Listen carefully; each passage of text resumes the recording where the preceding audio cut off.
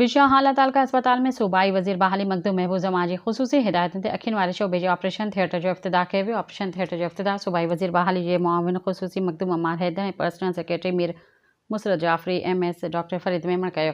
इन मौके ते MS डॉक्टर फ़रीद अहमद मेमण महिमाननि खे अस्पताल जी विज़िट कराईंदे तफ़सीली आगाही ॾींदे ॿुधायो त तालका अस्पताल हाल में अखियुनि वारे शोबे में ऑपरेशन थिएटर जो इफ्तिताह कयो वियो आहे, जंहिंमें अखियुनि जे मरीज़नि जा ऑपरेशन करे लेंस लॻाया वेंदा ऐं खेनि मुफ़्त चश्मा तोड़े दवाऊं ॾिनियूं वेंदियूं।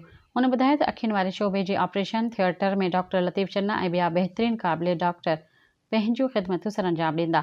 इन मौके ते वॾेरो वसीम बुघियो, वॾेरो निज़ामाणी एहतशाम कुरैशी, डॉक्टर अब्दुल सत्तार मीर, डॉक्टर अब्दुल लतीफ़ चन्ना, डॉक्टर ग़ुलाम सकीना, डॉक्टर नाहिद, डॉक्टर नवीद मेमण, वकील अबड़ो, सीनियर सहाफ़ी अब्दुल गफ़ूर मेमण, नदीम मुगिरो, नज़र अहमद मेमण, आमिर बारिचो ऐं पैरामेडिकल स्टाफ समेत ॿिया पिणु मौजूद हुआ।